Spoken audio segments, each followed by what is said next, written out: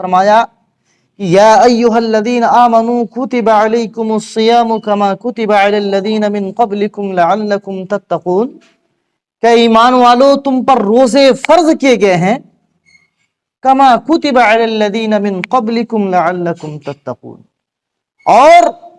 یہ روزے محض تم ہی پر فرض نہیں کیے گئے، تم سے پہلے والی امتوں پر بھی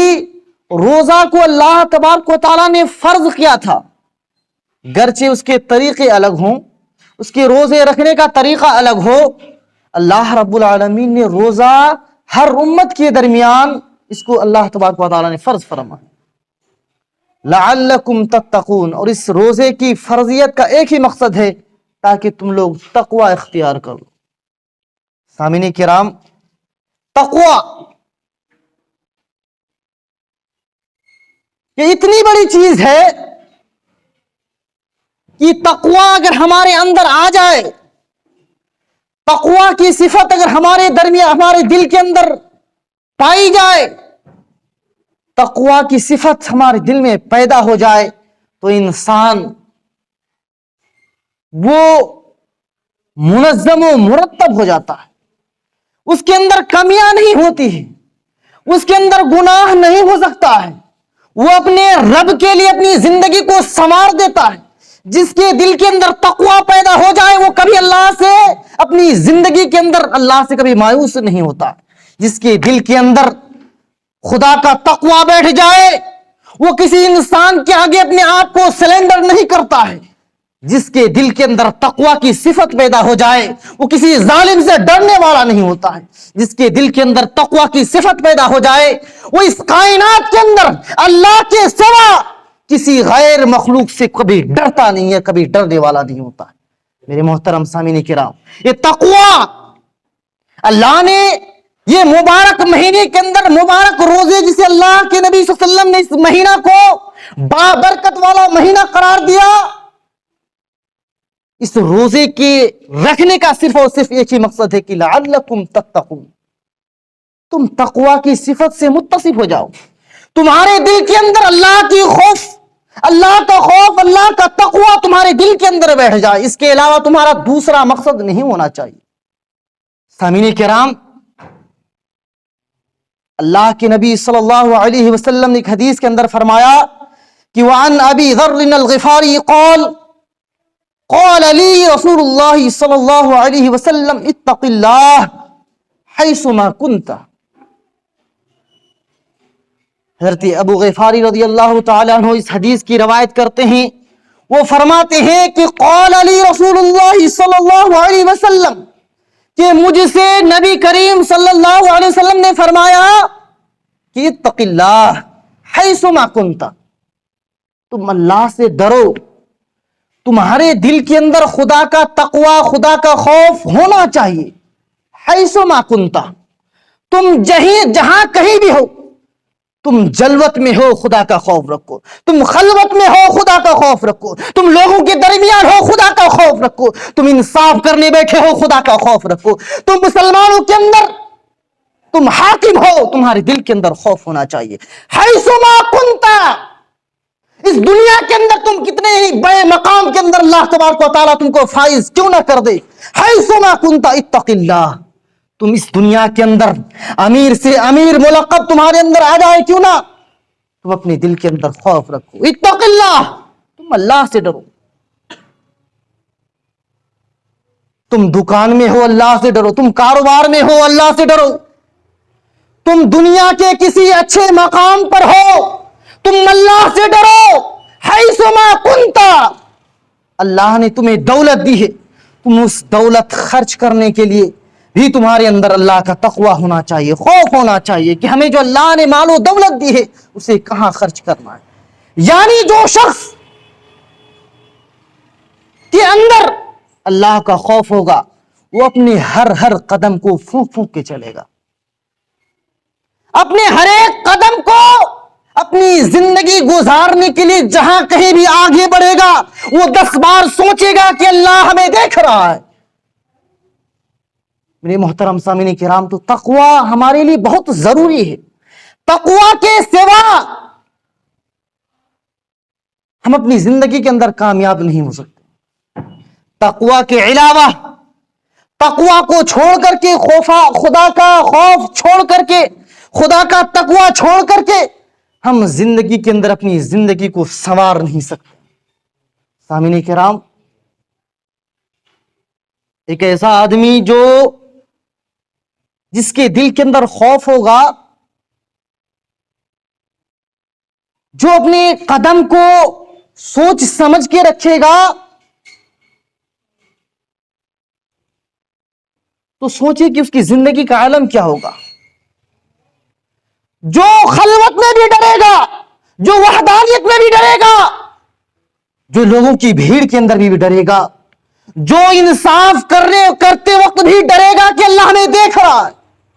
جو شخص زندگی کے اندر ہر جگہ کے اندر اللہ کا خوف رکھے گا۔ اس حدیث کے اندر کہا گیا کہ اتق اللہ حیث ما کنت، تم زندگی کے اندر کہیں بھی رہو اللہ سے ڈرو۔ میرے محترم سامعین کرام، جب آپ لوگوں کے درمیان ہوتے ہیں تو لوگ گواہ بن جاتے ہیں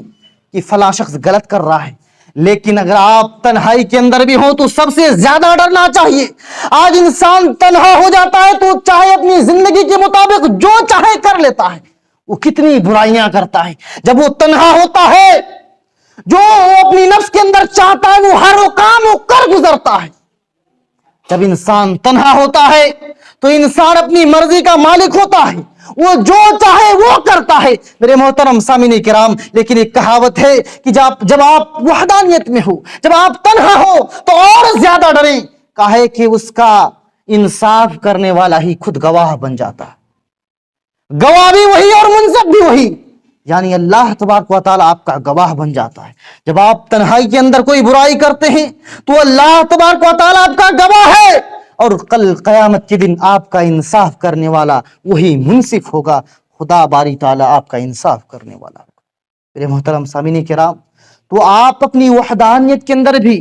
اپنی جلوت کے اندر بھی، اپنے خلوت کے اندر بھی، آپ بھیڑ کے اندر بھی، آپ خدا کا خوف اپنے دل کے اندر قائم رکھیں۔ میرے محترم سامعین کرام، اور یہ روزہ، یہ رمضان المبارک کا مہینہ ہمارے اور آپ کے درمیان جو بھی موجود ہے، یہ تقوی کی صفت پیدا کرنے کے لیے ہمارے درمیان اللہ تبارک و تعالیٰ نے اس کو فرض کیا ہے۔ میرے محترم سامعین کرام، یہ روزہ جسے ہم اور آپ محض بھوکا پیاسا رہنے کا نام روزہ رکھ لیا ہے کہ ہم سحری کر لیں گے اور افطار کر لیں گے مغرب کے وقت، یہی روزہ ہے۔ سامعین کرام، یہ روزہ نہیں ہے۔ اس روزے کے اندر اللہ تبارک و تعالیٰ نے اپنے بندوں کے لیے اتنی ساری بھلائیاں رکھی ہے۔ اللہ رب العالمین اس روزے کے ذریعے سے اپنے بندوں کی گناہوں کو بخشوانا چاہتا ہے۔ اس روزے کے ذریعے سے مسلمانوں کو اللہ تبارک و تعالیٰ اعلیٰ مقام دینا چاہتا ہے۔ آج مسلمان پریشان ہیں، آج مسلمان در بدر بھٹک رہا ہے۔ آج مسلمانوں کو بہت ساری جگہوں کے اندر سوشل میڈیا کے ذریعے سے پتا چل رہا ہے کہ مہاراشٹر کے اندر، کانپور کے اندر، مراد آباد کے اندر تراویح کی نماز پڑھنے نہیں دیا جاتا۔ یہ جو رام نومی کی جلوس ابھی جو نکل رہے ہیں، اس کے ذریعے سے، اس جلوس کے ذریعے سے مسلمانوں کے مسجدوں کو توڑا جا رہا ہے، ایک امام کے داڑھی کو چھین لیا گیا ہے۔ یہ محترم سامعین کرام، آج مسلمان رسوا کن ہے، وہ ذلیل و خوار ہے۔ اللہ تبارک و تعالیٰ اس روزے کے ذریعے، اللہ کا مقصد یہی ہے کہ لعلکم تتقون، تم اپنے دل کے اندر تقوی کی صفت اختیار کرو، تمہارے دل کے اندر خدا کا خوف پیدا کرو۔ آج ہم مسلمان نظارہ دیکھ لیجیے، آپ ہمارے روزے رکھنے کا طریقہ دیکھ لیجیے۔ تراویح چل رہی ہے، لوگ راستے پر گھوم رہے ہیں، تراویح کی نماز پڑھی جا رہی ہے، ایسا لگتا ہے کہ لوگوں کے اندر کتنی نیکیاں ہیں، کتنا نیکی کا کام کرتا ہے۔ رمضان جیسا مقدس مہینہ چل رہا ہے، رمضان جیسا مقدس مہینہ چل رہا ہے، آپ کے پاس نیکی نہیں ہے، آپ آخرت کے بارے میں آپ ذرا سا بھی فکر مند نہیں؟ آپ کے دل کے اندر ذرا سا بھی خدا کا خوف نہیں ہے کہ اللہ نے جس مقصد کے تحت اس روزے کو آپ کے نصیب میں عطا فرمایا اور آپ اس روزے کو غنیمت نہ جان کر کے یوں ہی بتا رہے ہیں؟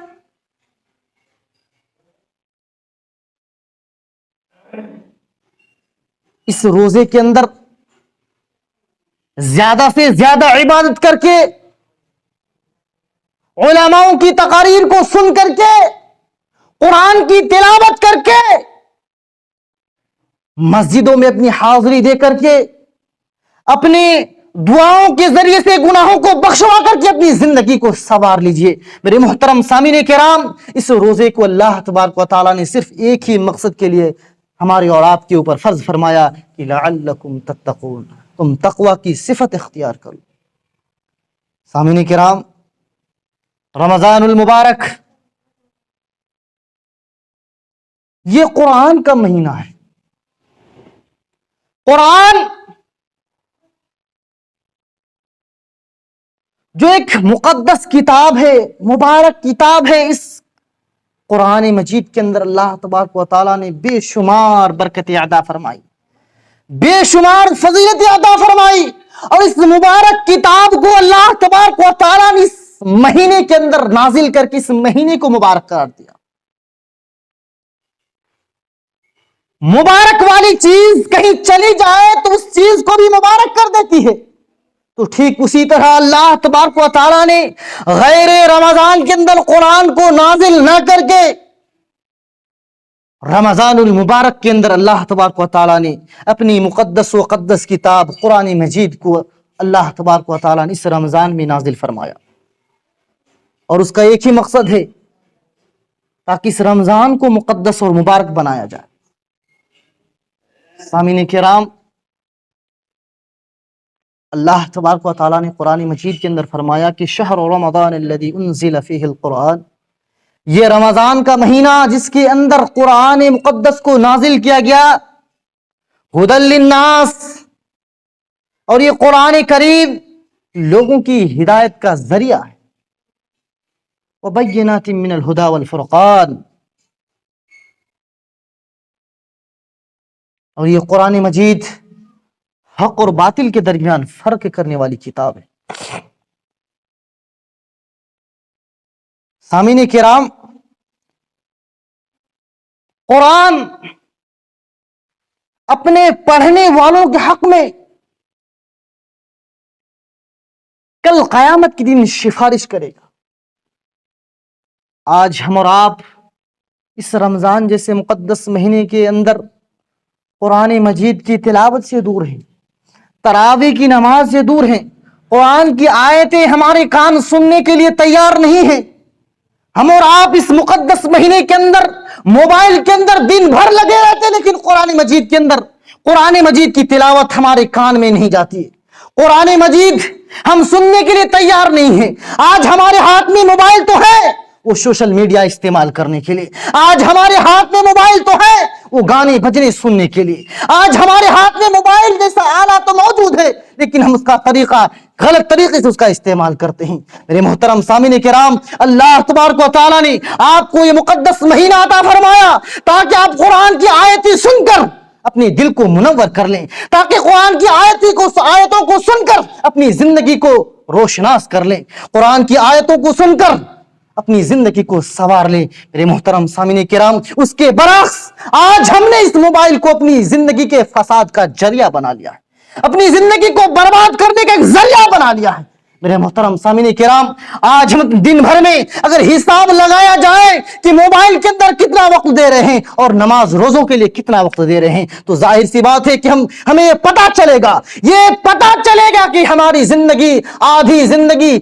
سے بھی زیادہ زندگی ہم نے موبائل کو دے دیا ہے۔ آج تراویح چھوڑ کر لوگ موبائل دیکھ رہے ہیں، آج تراویح کی نماز چھوڑ کر سڑکوں پہ گھوم رہے ہیں، کان میں ہیڈ فون لگا کر بھی گھومتے ہیں۔ سامعین کرام، اس کے ذریعے سے ہم تقوی حاصل کر سکتے ہیں۔ اللہ نے جس مقصد کے تحت ہمیں اور آپ کو یہ رمضان المبارک کا مہینہ نصیب فرمایا کہ لعلکم تتقون،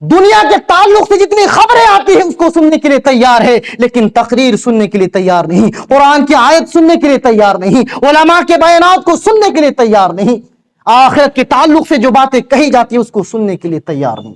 سامعین کرام، وقت اجازت نہیں دیتا، میرے محترم سامعین کرام، میں اپنی تقریر یہیں سے ختم کرتا ہوں۔ اخیر میں اللہ تبارک و تعالیٰ سے دعا ہے کہ اللہ تبارک و تعالیٰ ہم تمام مسلمانوں کو اس رمضان جیسے مقدس مہینے کے اندر صحیح سے روزہ رکھنے کی توفیق عطا فرمائے۔ اللہ رب العالمین